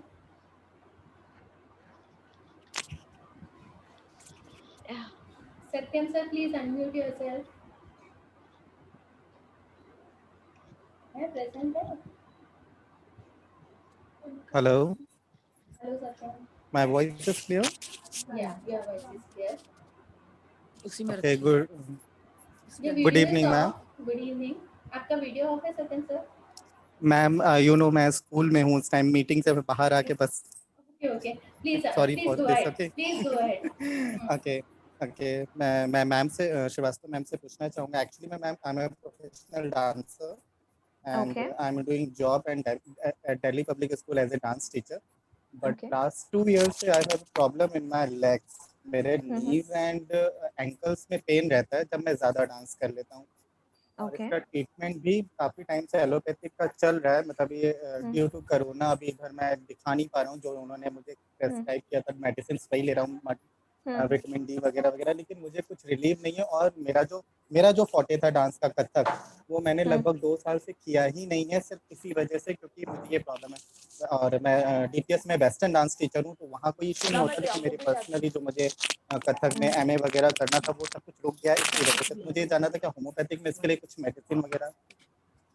yes, but again थोड़ा ये समझना पड़ेगा कि एग्जैक्टली कॉज कहाँ से है, क्या ट्रिगर है। आपका केस जितना सिंपल आप बता रहे हैं उतना सिंपल है नहीं। There is a lot more to the story. Actually में मैम मैंने 3 डॉक्टर से कंसल्ट किया है अलग अलग टाइम पे। अलग अलग मुझे बीमारियां बताई गई। किसी ने मुझे बताया आपको गठिया है, किसी ने बोला नहीं कोई प्रॉब्लम नहीं है, वीकनेस की वजह से ऐसा है। और अभी जिनका मुझे लास्ट वो चल रहा था वो डॉक्टर नवीन चंदन हॉस्पिटल में बैठते हैं, डॉक्टर नवीन श्रीवास्तव, ऐसे ही उनका कुछ नाम है, मुझे अभी ध्यान नहीं आ रहा। तो उनका उन्होंने फिर मुझे विटामिन डी है कुछ, वो वीकली जो हम लोग लिक्विड पीते हैं वो है, और कुछ कैल्शियम वगैरह की टैबलेट्स हैं ये दिया था। और अल्ट्रासेट पेन किलर था जो उन्होंने मुझे बोला था कि आप रोज एक खा सकते हैं, जो मैं नहीं खा रहा हूँ फिलहाल क्योंकि वो पेन किलर है। लेकिन ये दवाइयाँ उन्होंने मुझे दी, उन्होंने ये बोला कि आप ये मेडिसिन लेते रहिए, ये ठीक हो जाएगा, कोई आपको प्रॉब्लम नहीं है। लेकिन अगर प्रॉब्लम नहीं है तो फिर मुझे क्यों है पेन वगैरह। और अगर मैं जैसे मैं वॉक करता रहता हूँ, डांस करते रहता हूँ, तो मुझे कोई प्रॉब्लम नहीं होती है। लेकिन जब वो रिलैक्सिंग मोड पे आता है, मैं ऑन बेड हो जाता हूँ, जब मैं लेटता हूँ तो मुझे प्रॉब्लम होती है, मेरा पूरी बॉडी पेन होने लगेगा, हाथ पैर दर्द होने लगेगा। ये प्रॉब्लम मुझे जिस टाइम उस टाइम होता है, जैसे अभी तो मैं बहुत सिर्फ अपनी क्लासेस ले रहा हूँ, शोज वगैरह नहीं हो रहा है, लेकिन फिर भी अगर मैंने पूरे 5-6 क्लासेस अपनी ले नहीं रेगुलर, तो उसके बाद फिर मैं कुछ और नहीं कर सकता। मतलब पूरी बॉडी मेरी एकदम डाउन हो जाती है, मुझे नींद आने लगती है, वीकनेस करने लगती है, स्वेलिंग सा लगने लगता है, ये सब हो जाता है। आपने अपना थायराइड चेक कराया है? यस मैम, थायराइड करा लिया, 2-3 बार हो चुका, शुगर हो चुका, मतलब जितने टेस्ट हो सकते थे सब मुझसे करा लिए गए, गठिया करा लिया गया है, और आर्थराइटिस का टेस्ट हुआ है, सब कुछ नॉर्मल है। Okay, विटामिन डी तो का विटामिन डी का इशू है मुझे, वो डॉक्टर्स ने बोला है कि आपका विटामिन डी लो है, जो भी है, मुझे अभी इतना याद नहीं है यहाँ पर, लेकिन विटामिन डी का मुझे प्रॉब्लम ये बोला गया है। और थायराइड तो मैंने बताया, एक डॉक्टर ने जब मुझे मेरी रिपोर्ट देखी तो उसी रिपोर्ट में उन्होंने बताया आपको थायराइड है, और दूसरे डॉक्टर ने बताया कि नहीं है, तो ये भी बहुत कंफ्यूजन है। अच्छा, ओके, ऑलराइट। आप रिपोर्ट्स के साथ मुझसे मिलिए। देखिए, सिर्फ आपकी बातें, आपके सिम्टम्स सुनने के आधार पर मैं कुछ कंक्लूसिव एविडेंस नहीं दे सकती हूँ, कुछ कंक्लूजन नहीं दे सकती हूँ। I need to know your case completely and then I will be in a position to help you out. Maybe there are some other aspects also which have maybe been ignored or not taken into consideration. तो थोड़ा देखना पड़ेगा, तभी मैं आपको बेहतर help कर पाऊंगी। जी, एक्चुअली मैं 2-3 साल पहले मुझे एक स्किन इशू हुआ था, जिसका किसी को नहीं पता था कि क्या प्रॉब्लम है। मेरे दोनों पाम में और तलवों में ब्लड स्पॉट्स हो गए थे बहुत सारे, वो धीरे धीरे बढ़ते जा रहे थे, बहुत बढ़ गए थे। मतलब वो ट्रीटमेंट मेरा कई अच्छे हॉस्पिटल्स में चला, लेकिन किसी को समझ में नहीं आ रहा था कि वो प्रॉब्लम क्या है। और वो कोई बोल रहा था कि ये प्रॉब्लम इस वजह से ऐसा हो रहा है, कोई बोल रहा था आपके ब्लड में प्रॉब्लम है, कोई कैंसर तक पहुंच गया था। मतलब बहुत सारे डॉक्टर को उस टाइम मैंने दिखाया, और वो 3 महीने तक चला था मेरा ट्रीटमेंट।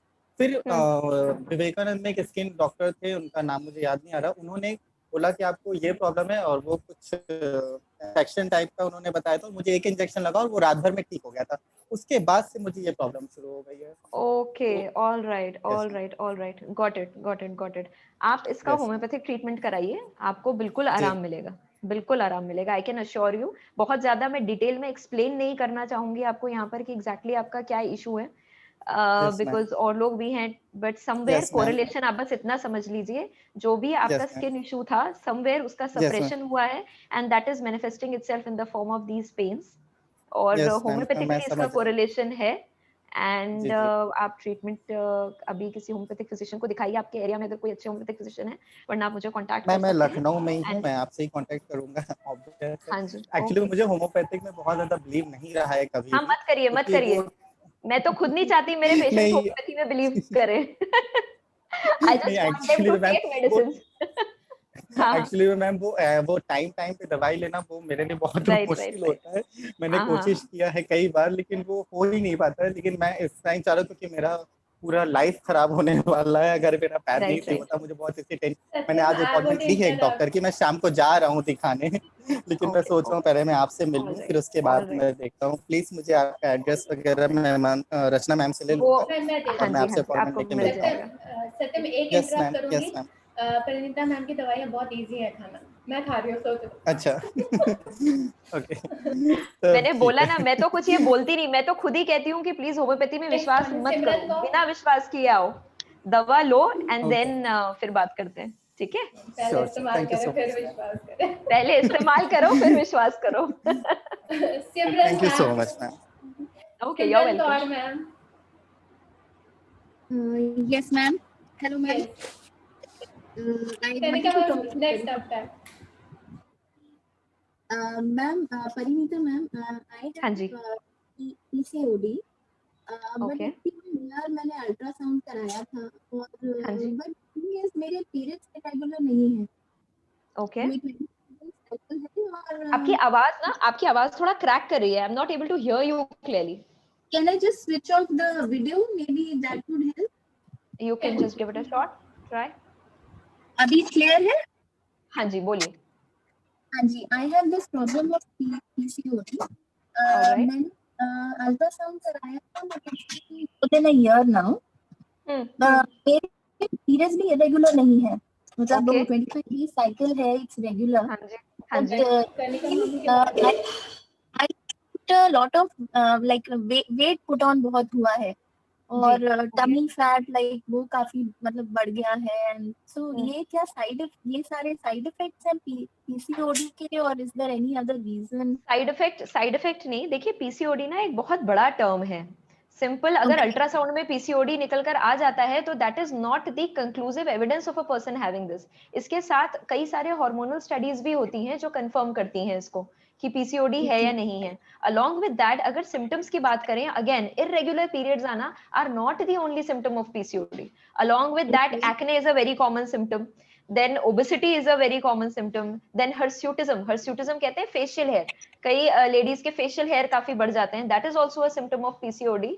बहुत वैरिड है सिम्टम्स और इनको अप्रोच करने का तरीका भी डिफरेंट है। जैसे मैंने बताया पीसीओडी एक लाइफस्टाइल डिजीज है, so taking into consideration only कि सिर्फ हार्मोनल इम्बैलेंस है और उसको हम एड्रेस कर रहे हैं, ऐसे नहीं होता है, इसको होलिस्टिकली टेकअप किया जाता है। तो अगर ये ओबेसिटी है तो ओबेसिटी के केस में भी इस चीज पर ध्यान दिया जाएगा कि ओबेसिटी के कारण क्या है, क्या ये लाइफस्टाइल रिलेटेड है या ऐसा है कि पेशेंट हर तरीके के एफर्ट्स कर रहा है उसके बाद भी वजन नहीं घट रहा। और अगर वो चीज है तो with homeopathic medicine, and again no tall claims, मैं फैक्ट बता रही हूँ, वेट भी रिड्यूस होता है, बट उसके साथ साथ diet, exercise, proper sleep pattern, इन सब चीजों के भी बहुत मायने हैं, they are equally important. Okay ma'am alright, instead आप सिर्फ अल्ट्रासाउंड करा के ये मत समझिए कि आपको पीसीओडी हो गया है, बाकी जो और हार्मोनल प्रोफाइल्स हैं जो इस केस में की जाती हैं वो भी कराइए, तब कंफर्म होगा कि पीसीओडी है या नहीं है। ओके सो दैट मींस मुझे मतलब दोबारा अल्ट्रासाउंड के साथ और भी मतलब कुछ कराना चाहिए कुछ, yes, there are a couple of blood test जो आपको कराने होंगे to conclude whether it is actually PCOD और नॉट। कई बार सिंपल एक hormonal imbalance, regular hormonal imbalances के केस में भी ऐसा हो जाता है कि अल्ट्रासाउंड में पीसीओडी निकल कर आ जाता है, तो जरूरी नहीं है कि वो पीसीओडी हो ही हो।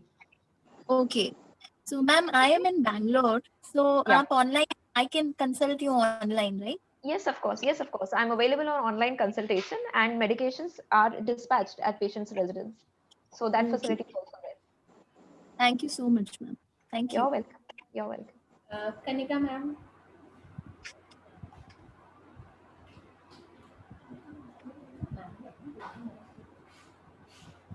हेलो। हाँ जी मैम, आप ऑडिबल मेरी आवाज? हाँ ठीक। Good evening, very good evening. मेरा सवाल रचना से भी है और आपसे भी है, परिणीता मैम। मेरी छोटी बेटी 22 कंप्लीट कर रहे हैं, she is doing her BA psychology special from Pune, और उसको ये लगता है कि मुझे सब लोग छोटा, वो सबसे छोटी है घर में, कि मुझे कोई भी मेरी बात सुनता नहीं है और बिना सुने मेरी बात को काट दिया जाता है, या उसको ऐसा लगता है कि हाँ मुझे इग्नोर किया जा रहा है। तो ये सवाल तो पहले रचना से है मेरा उसको क्या करूं जबकि ऐसा कुछ भी नहीं है। मामी एक्चुअली क्या है ना, आजकल सब लॉकडाउन में वो बड़ी भी घर पे ही हो गई आजकल, है ना, क्योंकि ये काम सुमन्यु भी कर रहा है आजकल। कविशा तुरंत बोली मम्मी सुमन्यु भी ऐसे कर रहा है, तो ये थोड़ा थोड़ा हो रहा है। बट कोई नहीं, मैं एक बार बात करूँ, क्योंकि कल भी मेरे पास ऑफिस में एक ऐसा केस आया था जिसमें वही 2 बहनें थी, छोटी वाली डिप्रेस हो रही थी बिकॉज बड़ी वाली बहुत डोमिनेटिंग थी। तो वो कल का मेरा केस था, तो एक बार आप उसको बोलना मुझे कॉल कर ले, हम लोग बात कर लेंगे। ये मेरा अभी थोड़ी देर पहले का, ये टॉक शुरू होने से पहले का केस है कि वो रो रही थी कि आप मेरी बात नहीं सुनते हो। अच्छा, और दूसरा परिणाम मेरी आपसे था कि हाँ वो एनीमिक है हेल्थ वाइज, मतलब वो हेल्दी है, जिसको बोलना ओबेसिटी है उसमें, लेकिन वो एनीमिक है। उसको विटामिन B12, विटामिन D ये डेफिशिएंसी रह चुकी है पहले, लेकिन उसके बाद ठीक हो गया था सब कुछ। अभी फिर इधर वो बहुत डलनेस फील कर रही है और उसको बार बार यही लगता है कि मेरी तबीयत भी ठीक नहीं है, मुझे बहुत परेशानी हो रही है, मेरी कोई बात भी नहीं सुनता। अब ये तो मुझे लग रहा है कि दोनों कोरिलेट हो रहे हैं, इसकी प्रॉब्लम भी और इसकी फिजिकल हेल्थ भी। जी जी तो जी, मैं इसको भी हाँ जी बोलिए आप। देखिए, इसको भी ना थोड़ा होलिस्टिकली टेकअप करना पड़ेगा। अगेन थोड़ा साइके को बच्चे की समझना बहुत जरूरी है, और एग्जैक्टली ऐसा क्यों है कि ओबेसिटी होने के बावजूद बच्चा एनीमिक है, या तो जो क्वालिटी ऑफ फूड है जो बच्चा कंज्यूम कर रहा है, मतलब जो भी खिलाई पिलाई है, शायद देयर इज अ पॉसिबिलिटी कि शायद वो आयरन डेफिशिएंट डाइट हो। क्योंकि कई बार अगर डाइट में प्रोसेस्ड फूड ज्यादा है, कार्बोहाइड्रेट इंटेक ज्यादा है, तो भी ऐसा होता है कि न्यूट्रिशनल डेफिशिएंसीज अराइज हो जाती हैं। और लड़कियों के केस में ना वैसे भी आयरन डेफिशिएंसी एनीमिया एक बहुत आम समस्या है, उसका कॉज कहीं ना कहीं पीरियड से भी लिंक्ड होता है। तो maybe there she has got some period issues as well, जिसकी वजह से नहीं, एनीमिया ट्रिगर्ड है। वो सब नॉर्मल है, उसकी कोई भी प्रॉब्लम नहीं है। बहुत हैवी फ्लो तो उसकी नहीं होता कोई है उसको? प्रॉब्लम ना ना ना तो फिर मैम वो भी सेकंड सब कॉज तो ठीक फिर है। यही रह जाता है। फिर तो जो दूसरा कॉज है फिर यही हो जाता है that somewhere may be the diet is deficient, या जो भी खा रही है वो ये assimilate मैं मान सकती हूँ। अच्छा, फ्रूट्स वो लेती है, लेकिन ये मैं मान सकती हूँ क्योंकि इन लोग का ब्रेकफास्ट होता है दिन में 1 बजे और लंच होता है रात में 8-9 बजे। तो डिनर की तो कोई गुंजाइश, हाँ डिनर हो सकता है जब ये ओवरनाइट लोग जाग कर अपना प्रोजेक्ट्स बना रहे हैं या कोई असाइनमेंट अपना तैयार कर रहे हैं, तो फिर वो रात में चलता है उनका। यहाँ पर भी ना ये चीज समझना बहुत जरूरी है कि हमारी बॉडी की, आप सबने एक टर्म सुना होगा बायोलॉजिकल क्लॉक। बायोलॉजिकल क्लॉक का मतलब ये है कि early to bed and early to rise, ये सिर्फ ऐसे ही नहीं बोला गया है, इसके पीछे काफी हद तक साइंटिफिक कोरिलेशन है। हमारा ब्लड सर्कुलेशन यूजुअली डे के अराउंड वैरी करता है। तो जिस तरीके का दिन होगा, जिस तरीके की हमारी दिनचर्या है, वो हमारे बॉडी के ऊपर बहुत बहुत स्ट्रॉन्ग इम्पैक्ट कॉज करती है। तो अगर ब्रेकफास्ट ही 1 बजे हो रहा है और लंच इतना लेट हो रहा है, तो कैसे फूड असिमिलेट होगा? वो तो फिर फैट के फॉर्म में जमा होगा ही होगा। हाँ जी, मैं आपकी बात पूरी तरह से समझ रही हूँ। ये मैंने भी सुना है, early to bed and early to rise makes a man healthy wealthy and stout. वो मैंने भी सुना हुआ, लेकिन मैं जब इनको बताती हूँ कहती थी आप लोगों ने रात में बैठ करके नहीं पढ़ा होगा, आप लोग के पास इतने प्रोजेक्ट्स नहीं होंगे, आप लोग के पास इतने काम नहीं होंगे जितने हम लोगों के पास काम है। देखिए और मैम, ये मैं बातें सब कहीं मानती हूँ, जी जी कि जी अभी जो जी इस टाइप का जो प्रेशर है वो है। ऑनलाइन क्लासेस चल रही हैं, दिन में 3 बजे तक क्लासेस चलती हैं, फिर उनको थोड़ा सा रेस्ट भी चाहिए, उसके बाद थोड़ा सा बाहर भी वॉक के लिए भी जाना, वो सब भी ठीक है। तो इनको रात का ही टाइम मिलता है पढ़ने के लिए। देखिए मैम, तो वो स्ट्राइकिंग अ अभी balance dull is very feel कर रहे इंपॉर्टेंट। जी देखिए, हैं। डल तो फील करेगी, अगर रात में बैठ के काम करेगी, सवेरे के वक्त सोएगी, तो एक प्रॉपर स्लीप जो मिलनी चाहिए वो तो मिलेगी नहीं। एनी गिवन डे बिल्कुल। Striking a balance is very important. अपने अब देखिए, मैं उनका पूरा आइटिनरी तो जानती नहीं हूँ, उनका स्केड्यूल किस तरीके का है मैं नहीं जानती हूँ, लेकिन कहीं ना कहीं आपको बैलेंस आउट अपनी लाइफ के साथ करना है। अगर आपको लग रहा है कि आपकी दिनचर्या ऐसी है जो आपके ऊपर एक नेगेटिव इम्पैक्ट कॉज कर रही है, तो समवेयर आपका बीएमआर इम्पैक्ट हो रहा है नेगेटिव वे में, with the kind of schedule that you have, तो बैलेंस स्ट्राइक करना तो पड़ेगा ना। फिर या तो आप डाइट और में उस तरीके के चेंजेस लाएं कि बहुत अनहेल्दी कार्बोहाइड्रेट्स का सेवन ना करें, या एक्सरसाइज रूटीन अपना फॉर्म करें, वरना आज ओबेसिटी की दिक्कत है, कल और समस्याएं होंगी। वही कहा ना, prevention any given day is better than cure. और जो पहला क्वेश्चन था हमारा, हम फिर उस पर आते हैं, हम बीमार क्यों होते हैं? हमारे बीमार होने की वजह कहीं ना कहीं, सॉरी टू से, लेकिन हम खुद ही होते हैं। उस हाँ, टाइम मानी समझ बात नहीं है, आता मानी है, बात। उस टाइम समझ अग्री, नहीं आता अग्री। है, और जब तक समझ आता है तब तक बहुत देर हो चुकी होती है। तो बच्ची के पास अभी भी वक्त है अपने स्केड्यूल को बैलेंस आउट करने का, एंड उससे उसको रिलीफ मिलना चाहिए, बेटरमेंट आना चाहिए और डाइट। बाकी सारे लिसनर्स के साथ और डॉक्टर्स के साथ मैं ये उससे मेरी डिफरेंट प्रॉब्लम है कि मैं होम्योपैथी पे बहुत ज्यादा विश्वास करती हूँ, लेकिन जो छोटी दवाइयां हैं, जो गोलियां हैं वो मैं भी भूल जाती हूँ। पॉइंट क्या है ना मैम, देखिए अब आपका एक्सपीरियंस इससे पहले जो भी रहा है, मैं उस पर बहुत कमेंट नहीं कर सकती हूँ, लेकिन छोटी गोलियों का कंसेप्ट चलिए मैं क्लियर ही कर देती हूँ। देखिए जो हमारी होम्योपैथिक मेडिसिन होती है ना, ये नर्वस सिस्टम के थ्रू एक्ट करती है। जबान या टंग जिसे हम कहते हैं, इस पे सबसे ज्यादा नर्व एंडिंग्स होते हैं। जब जब गोलियों को, जो दवा होती है वो गोली थोड़ा ही होती है, दवा तो वो लिक्विड होता है जो उन गोलियों में डाला जाता है। और गोलियों में जी दवा जी डालने का, गोलियों में दवा डालने का पर्पस ये है कि जब गोलियां, और हम बोलते क्या है, दवा को दांत से नहीं काटेंगे, टॉफी की तरह चूसेंगे। ये क्यों बोला जाता है कि टंग पे जब उन गोलियों को रोल किया जाता है तो नर्व एंडिंग्स उससे स्टिमुलेट होती हैं। जब स्टिमुलेट होती है, इसी माध्यम से दवा अब्सॉर्ब होती है और इसी तरीके से दवा अपना असर प्रोड्यूस करती है। तो ये जो छोटी गोलियां हैं, इनका कंसेप्ट बस यही है कि टंग पर दवा का एक्सपोजर सबसे ज्यादा रहे। नहीं, मैं उसमें यही होता है कि वो जो डोसेस दिए जाते हैं डॉक्टर की हाँ तरफ जी, से, हाँ जी, हाँ प्रिस्क्राइब जी, किए जाते हैं, वो हाँ प्रॉपर जी, नहीं हो पाते। मतलब जैसे उन्होंने बोला कि दिन में 4 बार लेना है, तो वो 3 बार ही होकर के रह जाते हैं या 2 ही बार होकर के रह जाते हैं। जी।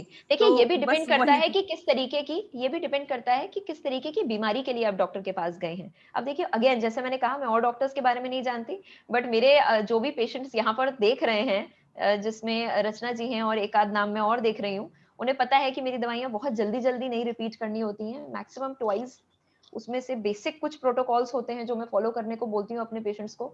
बाकी अगर कोई जी बीमारी जल्द की है, जैसे सीवियर स्टमक एक है, या से फॉर एग्जांपल कोई अक्यूट प्रॉब्लम है, लूज मोशन का इशू है, तो उसमें अगर इन्फेक्शन है तो उसे हमें जल्दी कंट्रोल करना है। तो ऐसे केसेस में ओके तो मैं अपने ओके पेशेंट्स को 2-2 घंटे पर भी दवा लेने के लिए बोलती हूँ, बट दैट जस्ट डिपेंड्स कि वो बीमारी किस टाइप की है, ताकि उसको जल्दी कवर कर लिया जा सके। तो that is what it okay is. ठीक है। Thank you so much. Thank you Rachna, thank you Parineeta ji, thank you thank ma'am. You so much. Rachna Gupta ma'am, are you present? Rachna Gupta ma'am, आप अपने आप को अनम्यूट कर सकते हैं मैम। मैम मैं अनम्यूट ही हूँ। मैम एक्चुअली मैम आपका मोस्टली वीडियो आई ऑन कर हैव द लीजिए। Back pain in my back side, कमर में भी आपकी आवाज कट रही है मैम, मेरी बहुत क्लियर आवाज आ नहीं है। रही है मैम आपको? हाँ मैम जी, कट कट के आ बताइए। रही है।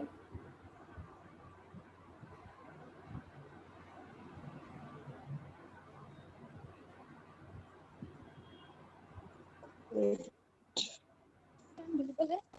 हेलो मैम, मेरी आवाज आ रही है आपको? यस मैम आ रही है। मैम मेरी आवाज आ रही है?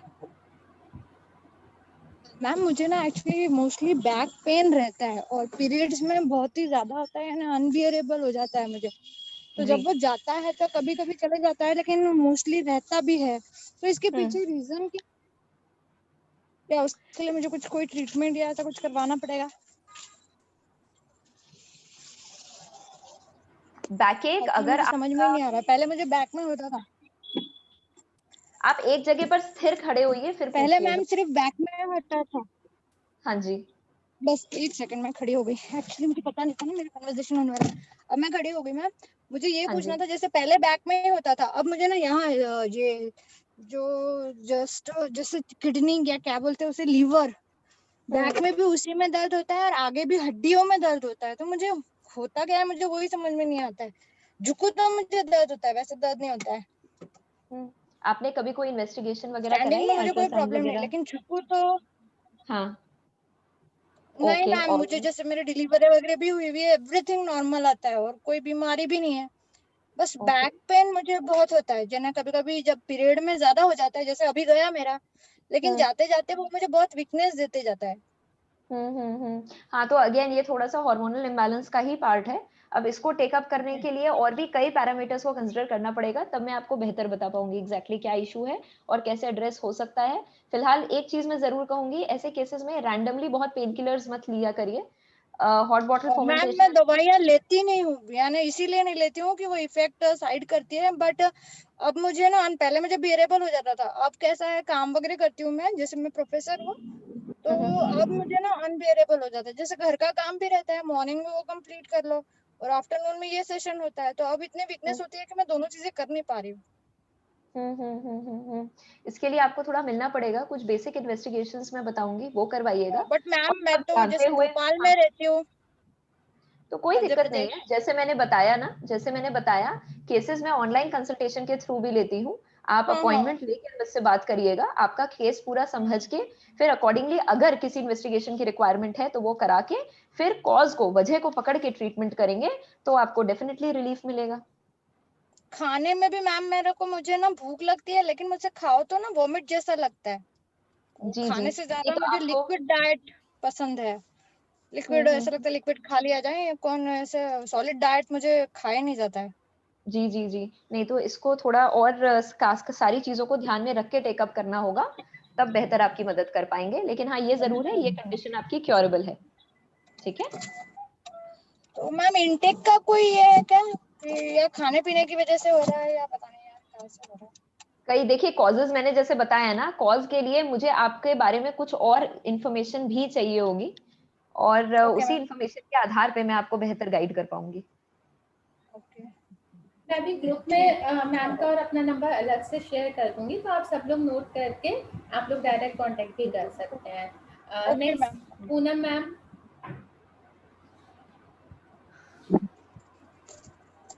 पूनम मैम, आपने रेज किया था hand, please unmute yourself. Hello. Yes sir. Hello. Hello. Yes हाँ जी मैम, मैम, आपकी आप आवाज आ ऑडिबल रही हैं। है। नमस्कार मैम। मैम मैं पूनम बोल रही हूँ। मैम मेरे को 1 महीने भर से कंधे से लेके पूरा कमर तक बहुत पेन है और उठती हूँ तो चक्कर भी आता है। जब ओके। लेटो उठती हूँ तो चक्कर जैसा लगता है, ठीक हो जाता है। थोड़ी एक्सरसाइज करती हूँ तो हो जाता है। एक्सरसाइज आपका बस मीन्स ऐसे गर्दन, उससे आराम मिलता है आपको? हाँ आराम तो मिलता है, या तो लेकिन फिर पोस्चर का वही इशू है। राइट। आर यू श्योर सिर्फ 1 महीने से ही है, पहले से नहीं है? 1 महीने से ठीक नहीं हो रहा। ओके, आपने इसका कोई ट्रीटमेंट लिया है? मैम मेरे को डॉक्टर ने वर्टिन दी थी 5 दिन के लिए। वर्टिन मैंने खाया, लेकिन जब खाया तब भी मेरे दर्द तो होता ही था, लेकिन हाँ थोड़ा रिलीफ था, लेकिन अभी वर्टिन दर्द तो, बना ही रहता। राइट, देखिए वर्टिन तो सिर्फ चक्कर की दवा है, लेकिन आप जिस तरीके की समस्या बता रही हैं वो सर्वाइकल या लंबर स्पॉन्डिलाइटिस को डिनोट कर रहा है। बट उसके कंफर्मेशन के लिए भी आपको एक एक्सरे या एमआरआई कराना पड़ेगा, जिससे ये क्लियर होगा। और अगर वो है तो फिर अगेन उसके लाइन ऑफ ट्रीटमेंट में जैसे मैंने बताया, दवा भी है और साथ में एक्सरसाइज भी है, दोनों को फॉलो करना पड़ेगा। But in the mean time, जब तक आप ये सब नहीं कराते हैं, अपने पोस्चर के ऊपर ध्यान दीजिए। बहुत ज्यादा झुक के या लेट के टीवी मत देखिए, झुक के बहुत देर तक काम मत करिए, बिकॉज इन सब से काफी दिक्कतें होती हैं। कुछ बेसिक एक्सरसाइजेस हैं, उनको फॉलो करिए। आप किसी फिजियोथेरेपिस्ट को भी इस चीज के लिए कंसल्ट कर सकती हैं, जो आपको कुछ बेसिक एक्सरसाइजेस समझाए। लेकिन इन सबसे पहले एक एमआरआई जरूर कराइए अपने स्पाइन का, ताकि ये प्रॉब्लम आपकी फिगर आउट हो सके कि एग्जैक्टली है क्या। Okay, thank you so much everyone for joining okay, and for your queries. तो आपके लिए मैंने स्क्रीन पे शेयर भी कर दिए हैं परिणीता मैम का नंबर और अपना नंबर, आप लोग कभी भी कांटेक्ट कर सकते हैं। एंड मैं ग्रुप में भी शेयर कर दूंगी, आप वहाँ से भी कांटेक्ट डिटेल्स ले सकते हैं। Thank you so much everyone for joining us and trusting on us. and we will be back soon with new webinar. And you can, if you have missed any part of this video, you can go to our YouTube link or FB. You can see the complete video on that also. Thank you so much, everyone. Bye. Thank you, Parinita ma'am. Thank you so much, Rachna ji. Thanks to you too for a wonderful discussion. Thank you. Thank you so much.